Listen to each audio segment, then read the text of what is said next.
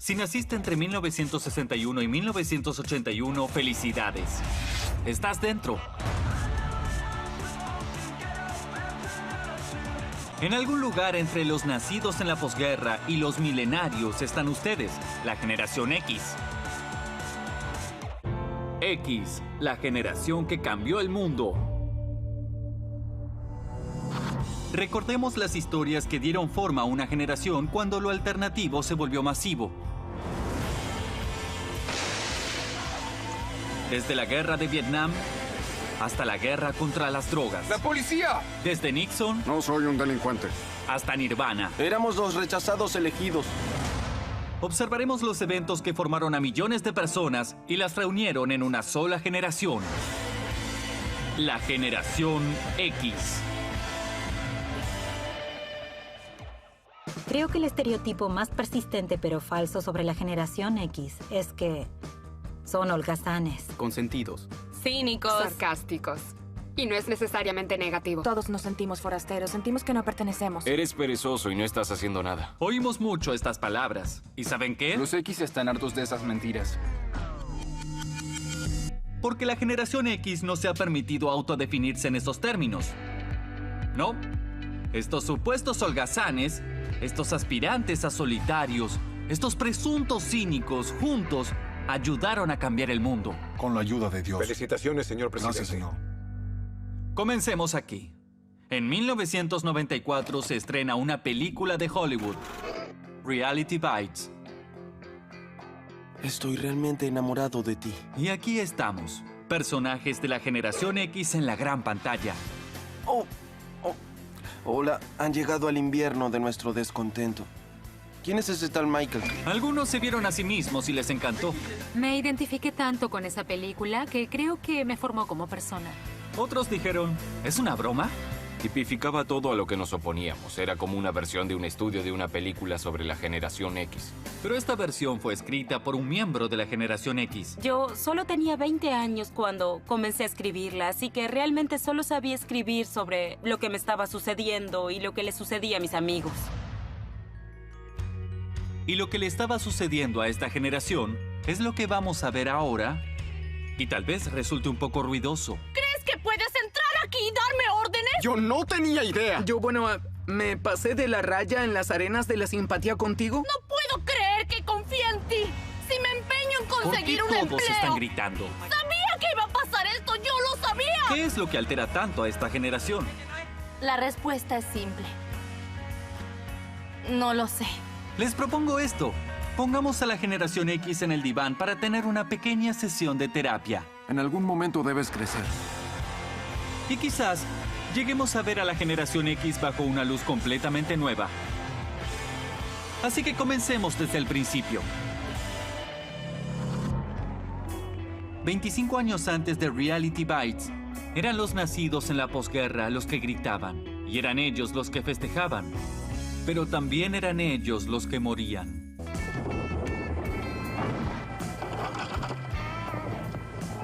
¡Oh, Dios! Para 1968, cuando los miembros más viejos de la generación X estaban en segundo grado, un promedio de 300 estadounidenses eran asesinados en Vietnam cada semana. Las imágenes como estas eran parte de la vida diaria de la generación X. La guerra de Vietnam es algo horrible de asimilar para un niño. Nuestra compañía perdió 28 hombres. Cuando los ves, ni siquiera se asemejan a un cuerpo humano. Yo era un niño inmigrante y no entendía nada de inglés, pero hablaban constantemente de Vietnam, Vietnam, Vietnam. Vietnam fue la primera palabra en inglés que aprendimos. Parecía que no estábamos ganando y se estaba saliendo de control. ¡Detengan Vietnam! ¡Detengan Vietnam! No lo entendía de ninguna manera, pero los primeros 10 años de mi vida percibí ese conflicto, percibí como que había una fricción. No había una narrativa continua en las noticias que yo recuerde de cuando era pequeño, que hablara de triunfo, victoria y liberación. Más bien era... ¡oh, rayos! 27 de febrero de 1968, el momento Cronkite. Esta noche queremos resumir lo que encontramos en Vietnam. el presentador de las noticias vespertinas Walter Cronkite presenta un informe especial sobre la guerra de Vietnam. La cara de Walter Cronkite parece la que esperaríamos encontrar esculpida en granito en el monte Rushmore. Así que cuando Cronkite mira a la cámara y dice: ahora parece más seguro que nunca que la sangrienta experiencia de Vietnam terminará en un callejón sin salida. Es una afirmación impactante. Cuando Walter Cronkite se pronunció sobre el fracasado esfuerzo de Estados Unidos en Vietnam, puede haber sido el punto de inflexión. Y claro que lo fue. Se dice que el mismísimo presidente Johnson declaró: si perdía Cronkite, perdía la clase media estadounidense. Para el que les habla, está cada vez más claro que el único modo racional de terminar esto es negociar, no como victoriosos, sino como personas honorables que prometieron defender la democracia y que hicieron lo mejor que pudieron. ¿Lo mejor que pudieron? ¿Callejón sin salida? Para la generación X, eran frases confusas. Después de todo, Estados Unidos gana las guerras, ¿verdad? Todos en Estados Unidos nos sentimos quebrados, nos sentimos un poco perdidos y un poco impotentes. Y aún hoy vivimos bajo la sombra de la guerra de Vietnam. Así que sí, 1968 es un poco deprimente. Pero no todo es desesperanza cínica. Tenemos el álbum blanco, Beggars Banquet y también Hot Wheels. Ah, sí, Estados Unidos también tiene un nuevo presidente.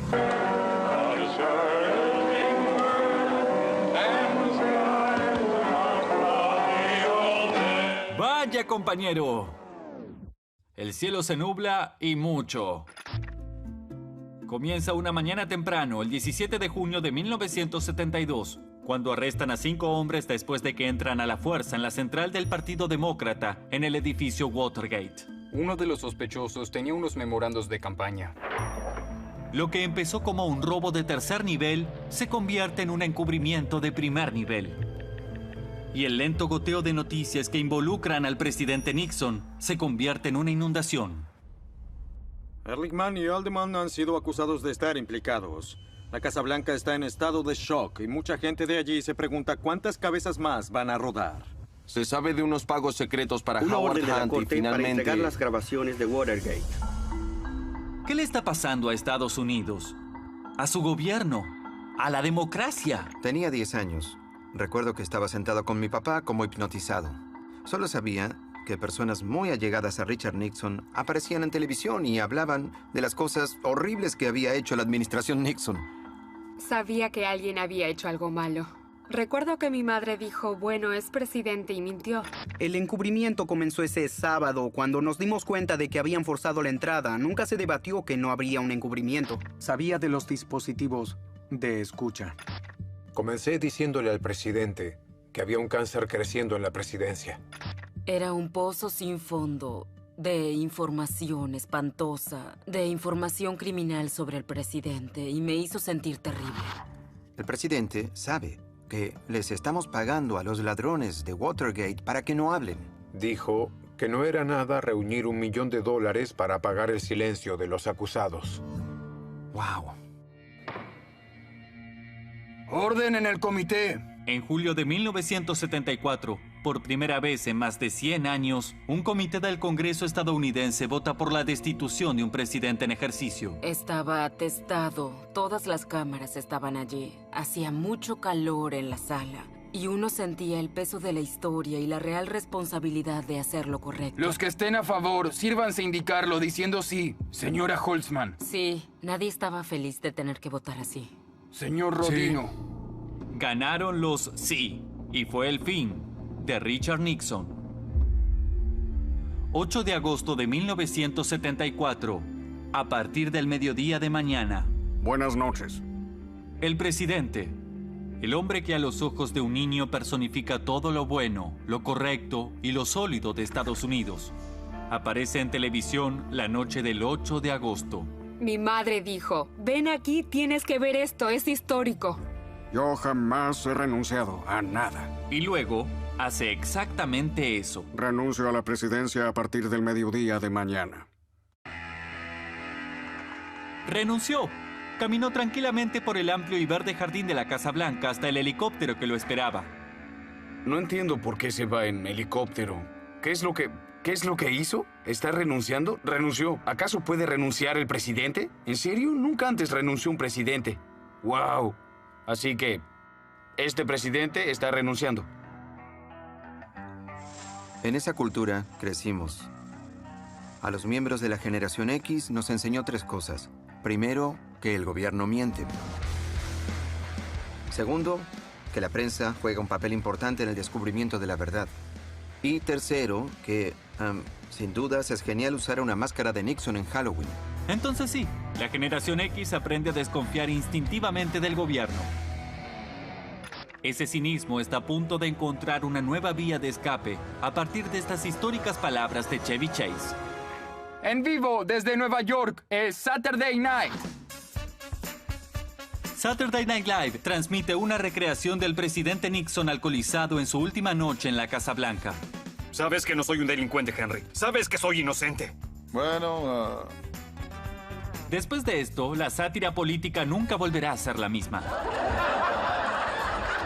Saturday Night Live tenía la voz más fresca, más irreverente. Eran como nuestros irónicos padrinos y madrinas punk rock. Lo que sabía de política lo aprendía en Saturday Night Live. Mi punto de vista político se nutría de una comedia. Por medio de la sátira mordaz, la generación X destroza a la política. Una de las cosas más sorprendentes de la votación en Florida es que George W. Bush obtuvo el 100% de los votos afroamericanos.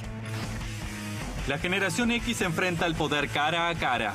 Pero la gente como nosotros sabe que las encuestas son una colección de estadísticas que reflejan lo que la gente está pensando en realidad. Y la realidad tiene una tendencia liberal muy reconocida. Al cambiar la forma en que se juega la política, la generación X demuestra que en gran parte realmente es un juego.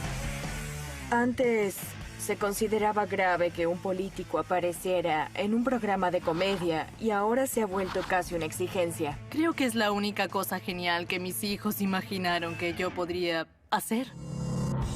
Habrá más interrogantes sobre la autoridad, el respeto y la confianza cuando la generación X llegue a la mayoría de edad. Para la generación X, los 70 son años críticos. Una década de confusión en el mundo. Y todo lo vemos desde un lugar cada vez más familiar, el televisor. ¡Oh, qué hermoso día para Frankenberry! La generación X es carne fresca para lo que resulta ser una máquina mediática muy hambrienta. Mi salchicha tiene nombre, ISOSCAR. Mi salchicha tiene nombre. ISOSC, y entonces piensas cuánto espacio ocupaba eso en el cerebro. En los 70, los lugares como este forman parte del aluvión de publicidades protagonizadas por nosotros, los niños. ¡Le gusta! ¡Hey, Mikey! ¿Quieres mi coca? Tú diles, amiguito. ¡Son geniales! ¡Rico! Para los publicistas es rico. Ese es Slinky, ese es Slinky. Especialmente después de la escuela, cuando disponen del público cautivo de jóvenes miembros de la generación X. Gracias a un hito notable de la sociedad estadounidense. 1 de enero de 1975. Niños, tenemos que hablar. En 1975, Estados Unidos marca un nuevo récord. Se divorcia más de 1 millón de parejas. Creo que mi madre se divorció 4 veces. Es simplemente normal. Sí. ¿Sabes? ¿No lo hacían todos? Los padres de todos estaban divorciados. La mayoría de los padres de mis amigos estaban divorciados, así Creo que yo nos tenía juntábamos en sus 10 casas u 11 años. Yo Lo vivía en recuerdo. este hogar de divorciados. Soy Entonces, en ese producto momento, de esa cuando generación, íbamos a de esas visitarlos, estadísticas. Las víctimas del divorcio no siempre son los esposos y esposas, sino los niños que asumen la responsabilidad de un modo autodestructivo.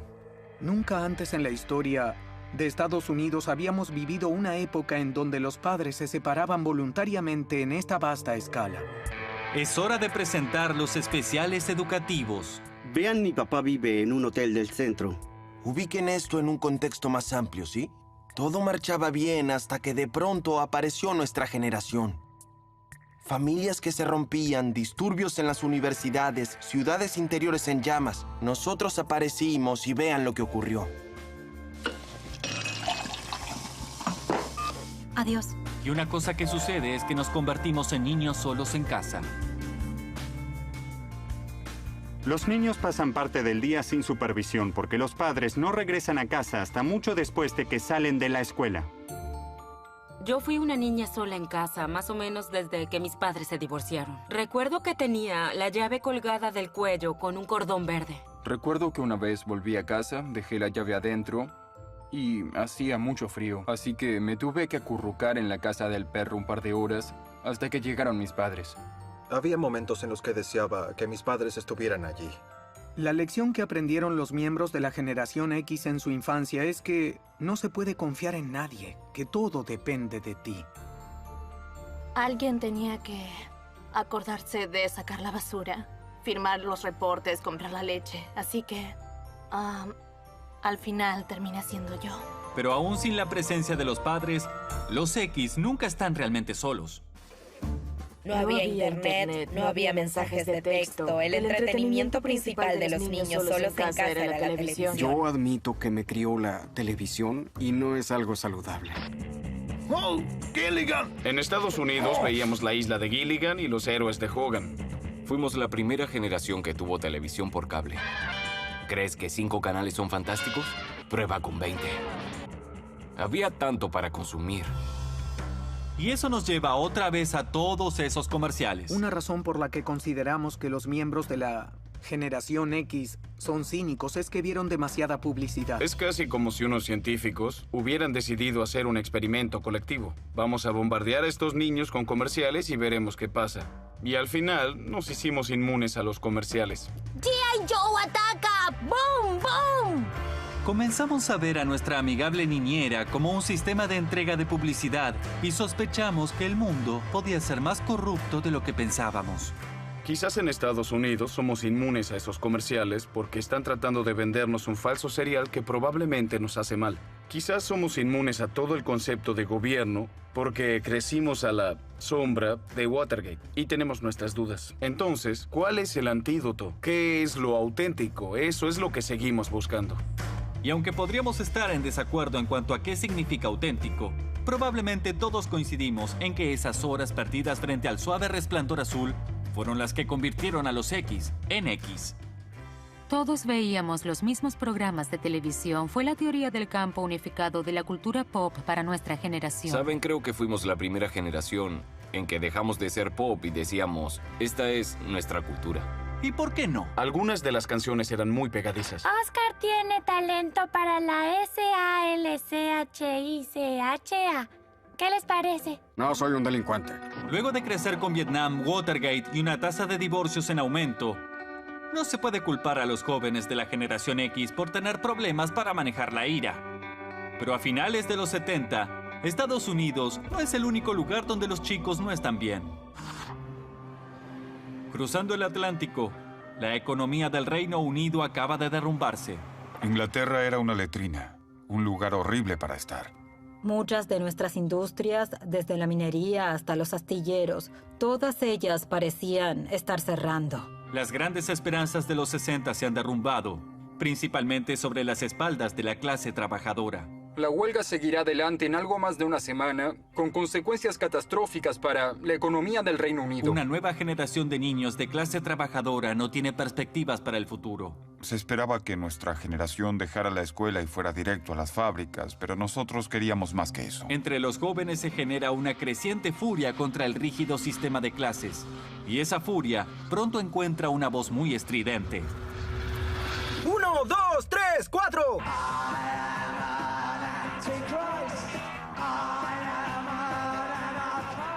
Los Sex Pistols eran un maravilloso vete al diablo dirigido a las autoridades del Reino Unido. Ninguna otra música popular de Occidente había articulado la rebelión con tanta contundencia. Los Sex Pistols son una explosión de furia política y la reacción es puro horror. El punk rock para muchos es una amenaza para nuestra forma de vida, más grave que el comunismo ruso o la hiperinflación. Su vestimenta me parecía abominable, se veían horribles y malolientes. y no me parecían buenas sus canciones. Al ver a esos punks surgiendo de las cloacas, escupiendo y exigiendo sus derechos, la gente pensaba que eran absolutamente indignantes. Los Sex Pistols ofenden a casi toda la sociedad británica. Son rockeros punk, no los limpios y agradables Rolling Stones. Maldito sucio. ¿Pero qué rockero? Eres un maldito. Bien, de acuerdo. Pero se reservaron su peor insulto para una ocasión muy especial. 7 de junio de 1977, Dios salve a la reina. Para esta multitud de personas, algunas de las cuales han estado aquí cerca de 24 horas, este fue el primer anticipo del esplendor del día del jubileo. Después de meses de planeamiento, Londres celebra el 25º aniversario de la reina.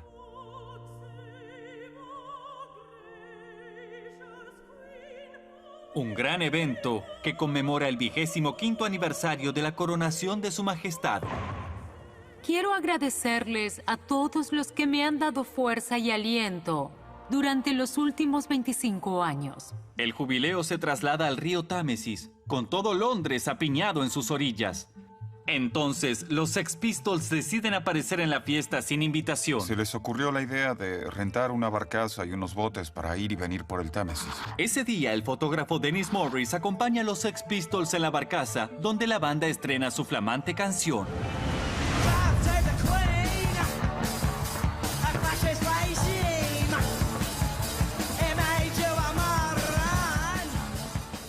Era inaudito decir algo en contra de la reina en cualquier forma posible. O sea, era simplemente blasfemo, ¿saben? Era algo así. La canción es un ataque sin cuartel a la monarquía. Los punks sentían que estaban bajo el pie de la opresiva clase dirigente. Por eso, Dios salve a la reina. Es un enorme grito para intentar sacarse ese pie de la espalda.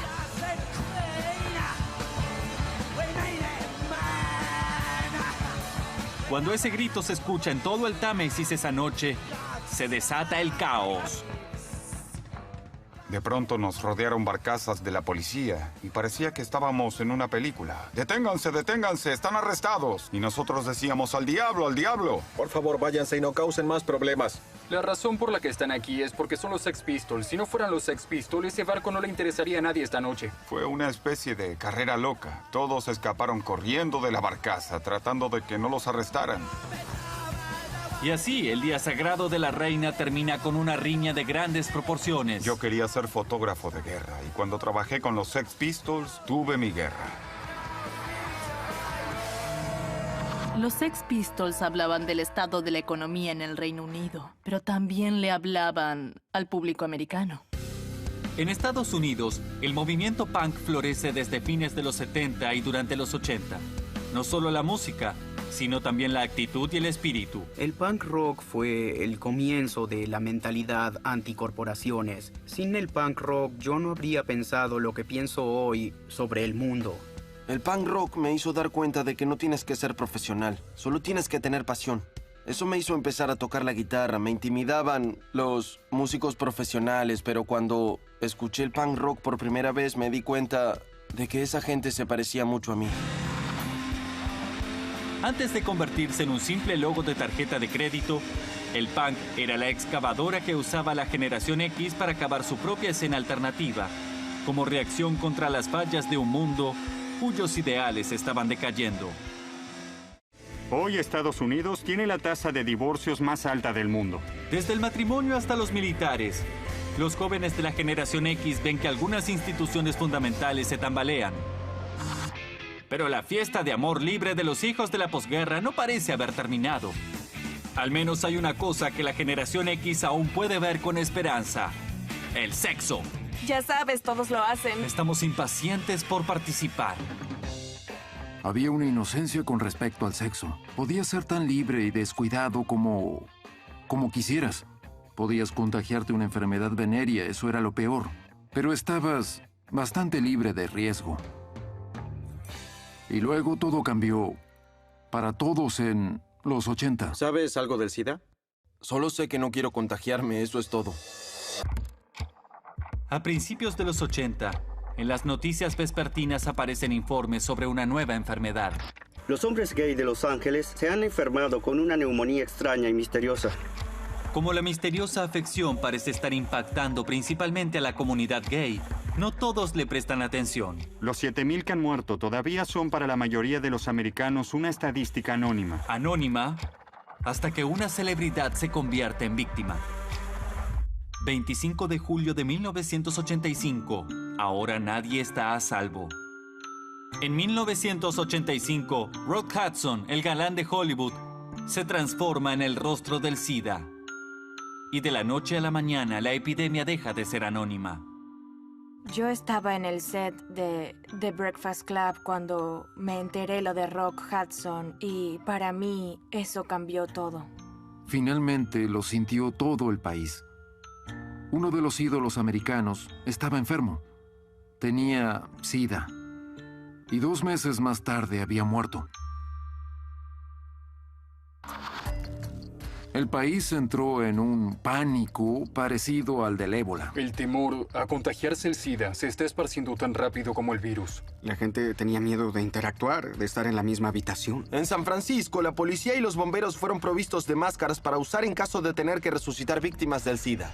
Era aterrador. Yo vivía en San Francisco. Tenía muchos amigos contagiados. Muchos amigos murieron. Para 1985, entre 1 y 2 millones de americanos son portadores que no presentan síntomas. Para empeorar las cosas, el gobierno de Estados Unidos no parece estar haciendo nada para ayudar a encontrar una cura. Hoy vine hasta aquí con la esperanza de que mi epitafio no diga que morí por culpa de la burocracia. ¿Qué hay del SIDA? El pánico no tarda en llegar a las escuelas. La generación X aprende una nueva y aterradora lección. SIDA, no solo tendrás una mala reputación por dormir con cualquiera. Me daba terror el sexo. En la escuela había asambleas constantes donde básicamente decían que si tenías sexo ibas a morir. La crisis del SIDA te hacía sentir que te contagiarías el SIDA en cualquier momento. Influyó en todas las relaciones. Sexo es igual a muerte. Es decir, todos los graduados en inglés lo saben, simbólicamente, claro, pero esta vez era verdad. Era una verdad que los X no podían evadir. Ni en la realidad, ni en la ficción. Los exámenes de SIDA gratuitos son el rito de iniciación de nuestra generación. Creo que muchos placeres y muchas libertades de la generación X venían con una etiqueta de advertencia. De modo que los hijos de la posguerra tuvieron el amor libre y nosotros tenemos sexo igual a muerte. Como si no fuera suficiente para aguar la fiesta, la escena de las drogas psicodélicas que expandían la mente de los años 60 también se vuelve más deprimente.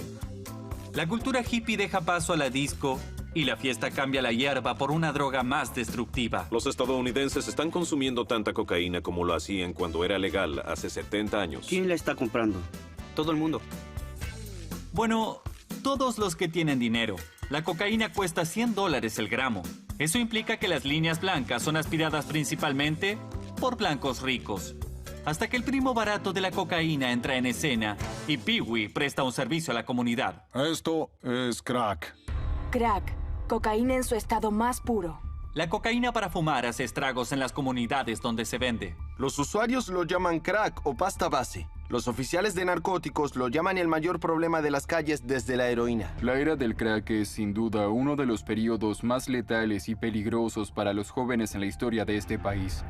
Pero la buena noticia es que la ayuda de una persona impensable viene en camino. 14 de septiembre de 1986, la fiesta terminó. Hablar de algo especial y le pedí a alguien muy especial que me acompañara. ¿Nancy? Gracias. Nancy Como Reagan. madre, siempre pensé que septiembre es un mes especial. La primera dama ataca el núcleo del problema con una sofisticada política antidrogas. Cuando se trata de drogas y alcohol, solo digan no. ¿Solo digan que no? ¿Eso es todo? Y si lo hacen, las drogas no tienen chance. Para los X, lo que no tiene posibilidad alguna es ese mensaje. La idea de que vas a combatir el flagelo de las drogas con un eslogan es ridícula. Aunque era una niña, pensé que era muy simplista. Qué fácil sería sentarnos con nuestro hijo y decir, solo di que no. No es tan fácil, pero la intención era buena. ¡No los oigo! ¡Más fuerte! Realmente, Me asustó porque me di cuenta de que la gente que gobernaba este país no tenía idea de lo que pasaba en nuestras vidas. La guerra contra las drogas se vuelve agresiva gracias a la ley antiabuso de drogas de 1986. La nueva ley asigna más dinero para interceptar drogas ilegales y dicta penas más duras para los traficantes.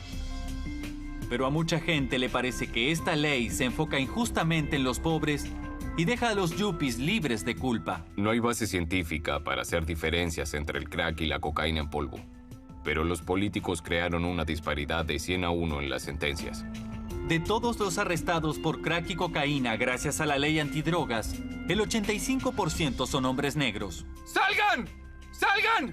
Observé las consecuencias trágicas de la manera en que aplicamos la guerra contra las drogas. Que no era una guerra contra las drogas, era una guerra contra la gente. Especialmente contra ciertas comunidades, vulnerables, pobres y comunidades de minorías. Ahora la gente ya sabe que fue terriblemente errónea. Para la generación X, la guerra contra las drogas y la epidemia de SIDA aclara algunas cosas. Los políticos no entienden nada. Y la fiesta eterna, que era la juventud, ha terminado. Pero la peor parte de la crisis adolescente todavía no llegó. Para los años 80, la generación X ya aprendió más de lo que hubiera querido saber sobre las desventajas del sexo y las drogas. Dile no a las drogas. Pero dile sí a la bolsa. Una cosa que los X pueden esperar con ansias en los años de Reagan es una economía floreciente. Como nos recuerda Michael Douglas en la película Wall Street, la codicia ha resultado buena. Vas a ganar mucho dinero, amigo. Muy bien por Wall Street. Adoro los 80. Ojalá los próximos 10 años sean igual de buenos. Los 80 fueron un periodo muy bueno para Wall Street, una época de bonanza. Pero en otoño de 1987, el brillo y el efectivo llegan a un punto crítico. 19 de octubre de 1987, el lunes negro. La bolsa de valores se hundió en caída libre, perdiendo en un solo día más de lo que había perdido el martes negro de 1929. Cuando sonó el timbre esa mañana, creo que todos pensamos... Oh, espero llegar al otro timbre, porque no podíamos seguir el ritmo. Acabo de venir de adentro y parece un manicomio. Apartando los ataques terroristas, la caída de la bolsa del 87 fue el día más estresante que he vivido en este negocio. La mayor parte de la generación X asiste a la escuela durante la crisis, entonces lo primero que piensan es ¿y qué? Nunca había entendido el juego de la bolsa lo suficiente para que me interesara. Quería conocer al tal Dow Jones, creía que era el que aparecía en las películas de Disney. Recuerdo vívidamente ese día porque todos mis compañeros de clase en la universidad estaban apiñados frente al televisor. Y yo dije, ¿qué está ocurriendo? ¿Sabes? Como decía Keanu Reeves, ¿qué pasa? Cayó la bolsa de valores. Está bien, soy un creativo, ¿a quién le importa? Voy a ser escritor. Pero resultó que la caída tuvo un impacto en el mercado laboral. Resultó que no había tantos empleos. La recesión ya está aquí. General Motors y Ford están despidiendo casi 25,000 trabajadores. Salir de la universidad con un título ya no importa. Nadie puede encontrar trabajo. Me postulé para todas las vacantes de mi especialidad, pero no hay nada. Son tiempos difíciles. Tendrás que tragarte tu orgullo. Para la generación X, la nueva realidad ve nacer los empleos en hamburgueserías y ve morir a las carreras tradicionales. Esta vez los golpeados son los trabajadores de oficina.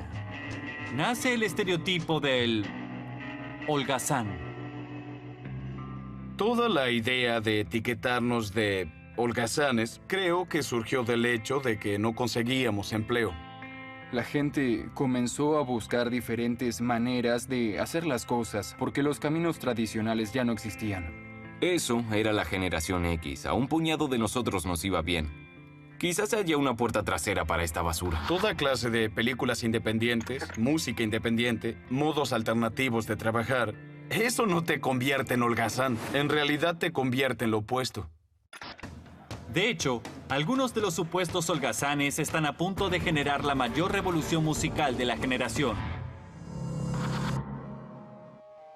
Y sucede aquí, en el noroeste del Pacífico, donde, para los músicos, salirse del camino tradicional tiene sus ventajas. Había muchas drogas, muchas rentas baratas, muchos garajes. La música basada en el punk de la llamada escena alternativa es lo contrario de la comercial. Tratábamos de componer la música que queríamos escuchar, principalmente para nuestro propio entretenimiento. Para mí la idea de ser una banda de rock exitosa era bastante ridícula en ese momento. Ninguna banda de Seattle había ganado dinero de ninguna clase haciendo música. Nadie creía que Nirvana iba a resultar gran cosa. Y si alguien dice que lo pensó, está mintiendo. Pero lo que sucede a continuación cambiará la historia de una generación. 29 de septiembre de 1991. Aquí estamos ahora. Recuerdo bien la primera vez que escuché a Nirvana. Nunca olvidaré ese día. Había una mujer que recién comenzaba a trabajar en MTV y corría por los pasillos con un video de Smells Like Teen Spirit, diciendo, tienen que ver esto, tienen que verlo.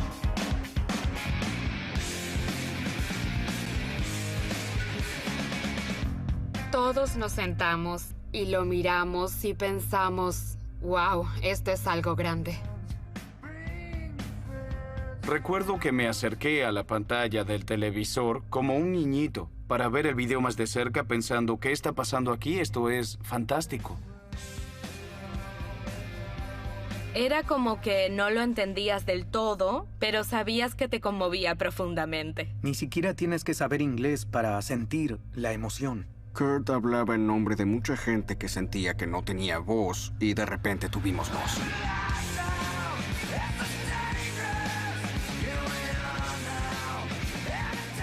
Es la primera persona del plural, nosotros. Aquí estamos nosotros, ahora entreténgannos. Al rock and roll le había faltado eso por largo tiempo. Smells Like Teen Spirit canaliza la frustración colectiva y la energía cruda de una generación. De pronto, Nirvana está en todas partes. Nevermind tuvo un éxito masivo. Nirvana, Smells Like Teen Spirit. ¡Nirvana! Pero el éxito mismo de la banda hace surgir una pregunta difícil para la generación X. ¿Qué significa que la cultura alternativa se vuelva masiva? Cuando Nirvana tuvo éxito, obviamente había muchas emociones encontradas que surgían de la ética del punk rock que hablaba de venderse. Recuerdo que me entusiasmó que Nirvana se volviera tan popular, pero que también me confundió. O sea, parecía un triunfo. Claro, pero los de la generación X somos ambivalentes con respecto al triunfo, ¿saben? Nadie parece más ambivalente con respecto a la fama repentina de Nirvana que su propio líder, Kurt Cobain. Recuerdo cuando Kurt apareció por primera vez a página completa en la primera plana del New York Times y dije, ¡wow! Y él dijo, ¿qué significa? Respondí, significa que ahora van a copiar cómo te vistes y que tú estás en el epicentro. Nirvana no quiere dar entrevistas, quizás como una reacción a demasiadas cosas demasiado rápido. La banda prefiere que la música hable por sí misma antes que ser coronada como la voz de una generación. Creo que nadie quiere ser etiquetado como la voz de una generación porque es un gran dolor de cabeza. Es decir, si no quieres ser eso, te conviertes en un gruñón. Él no quería sentir que era un modelo a seguir, pero yo creo que la gente realmente creía que sí era su vocero, le gustara a él o no. Al igual que su reticente vocero, la generación X se esfuerza para responder la pregunta de dónde termina el tener éxito y empieza el venderse. Es una pregunta amplia, cuyos ecos se extienden en toda la cultura. ¿Qué quieres de mí, eh? ¿Quieres que consiga un empleo y me quede allí los próximos 20 años hasta que me dejen retirar con un reloj de oro y mis testículos llenos de tumores porque me rendí ante la única cosa que para mí es basura? La basura está a punto de volverse demasiado real. A continuación, en Generación X. Cuando llegan los 90, la generación X ya ha sufrido su cuota de decepciones, pero también ha encontrado una voz para abrazar. Éramos los rechazados elegidos. Pero el rol de Cobain como vocero a regañadientes de la generación X trágicamente tendrá corta vida. El cuerpo del líder de Nirvana fue encontrado en una casa en Seattle. Aparentemente murió por un disparo de escopeta en la cabeza que él mismo se infligió. La noticia es devastadora. Estoy anonadado. Lo estoy absolutamente. Y aún me parece que fue ayer en cierta forma. Es decir, hasta recuerdo el clima de ese día. Nadie quería creerlo. ¿Definitivamente es Cobain? Sí. ¿Y definitivamente fue un suicidio? Sí. Había una genuina sensación de pérdida entre la gente que era admiradora suya y los que pensaban que su música era también poesía. La gente realmente sentía que había perdido a alguien, que había perdido una voz importante. Este desborde de dolor deja pasmada a la generación de mayor edad, pero nunca tanto como Andy Rooney de CBS Noticias. La muerte de Kurt Cobain a los 27 años no me entristece, me enfurece. Todo lo referido a Kurt Cobain me hace sospechar. ¿Y qué es toda esa tontería de lo terrible que es la vida? Una jovencita que estaba frente a la casa de Cobain en Seattle, con lágrimas que le caían por el rostro, dijo: «Es difícil ser una persona joven hoy en día. Él ayudó a que la gente entendiera nuestra lucha». Por favor, sécate esas lágrimas, querida. Me rompes el corazón. Y allí está, un desafío a la generación X salido directamente de la boca de uno de sus oponentes. Bueno, esta es nuestra respuesta. Al diablo Andy Rooney. Eso fue un... O sea, no debería decirlo. Oh, sí, al diablo Andy Rooney. Al diablo Andy Rooney, no sé, es todo lo que se puede decir del tema. Fue algo muy ofensivo. Nirvana ayudó a demostrarle al mundo que la generación X tenía cosas que decir y una voz para decirlas. ¿Pero qué significa que una voz elija no hablar nunca más? ¿Es mejor explotar que diluirse? La generación X ya ha visto tantas cosas desaparecer de su vista que cuando Cobain se suma a la lista, bueno, duele. Nada de esto tiene sentido, todo es una lotería aleatoria de tragedias sin significado y una serie de escapes milagrosos. 2 semanas antes de la muerte de Cobain, se había estrenado esta versión hollywoodense de la experiencia de la generación X y de pronto, la angustia de Troy, el personaje de Ethan Hawke, parece tener mucho más sentido. Creo que malinterpretan a Troy. Troy está realmente deshecho. Y no está solo. Toda la generación se siente un poco golpeada. No entiendo por qué las cosas no pueden volver a ser normales al cabo de media hora como en The Brady Bunch o algo así. ¿Por qué? Porque eres una película. Reality Bites tiene la intención de ser una mirada a las personas para descubrir cuál es su identidad. Ellos personifican temas de la cultura. La amen o la odien, la película es el retrato de una generación. Una generación que desafía la comercialización de su experiencia ganada con tanta dificultad. Reality Bites es un ejemplo muy útil de la imposibilidad de hacer mercadeo con la generación X porque apenas sentimos que nos apuntan con algo como objetivos de mercado, lo esquivamos. Sí, la generación X se ha ganado sus atributos honestamente. No tengo ninguna orden de hacer del mundo un lugar mejor. Después de todo, ¿qué es un cínico sino un idealista desencantado por haber crecido en los 70? ¿Y qué es un holgazán sino un producto del lunes negro? Para los X, esta alternativa no es alternativa, es la realidad. Y aquí estamos ahora.